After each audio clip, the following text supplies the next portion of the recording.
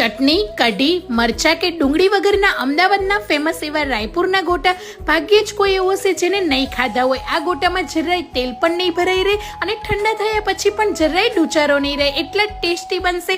તો ચાલો એ જ રેસીપી હું તમારી સાથે શેર કરીશ। તો અમદાવાદના ફેમસ રાયપુરના ગોટા બનાવવા માટે 2 કપ જેટલો ચણાનો કરકરો લોટ એડ કરીશું। આ ગોટા કરકરા લોટમાંથી જ બનતા હોય છે।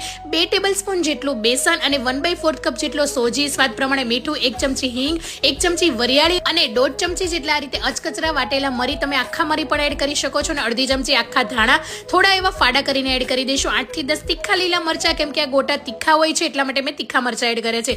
1/2 કપ લીલી મેથી, 1/2 કપ લીલા ધાણા, 1/2 ચમચી ખાંડ એડ કરીશું ને 1 લીંબુનો રસ અને થોડા એવા ખાવાના સોડા એડ કરીશું। સોડા વધારે એડ નથી કરવાના અને હળવા હાથે એનું બેટર તૈયાર કરી લઈશું। બેટર આપણે વધારે પડતું ઢીલું નથી કરવાનું, કેમ કે આપણે ગોટા બનાવીએ છીએ, ભજીયા નથી કરતા। ગોટા અને ભજીયા બંને અલગ હોય છે, તો આ રીતે પાણી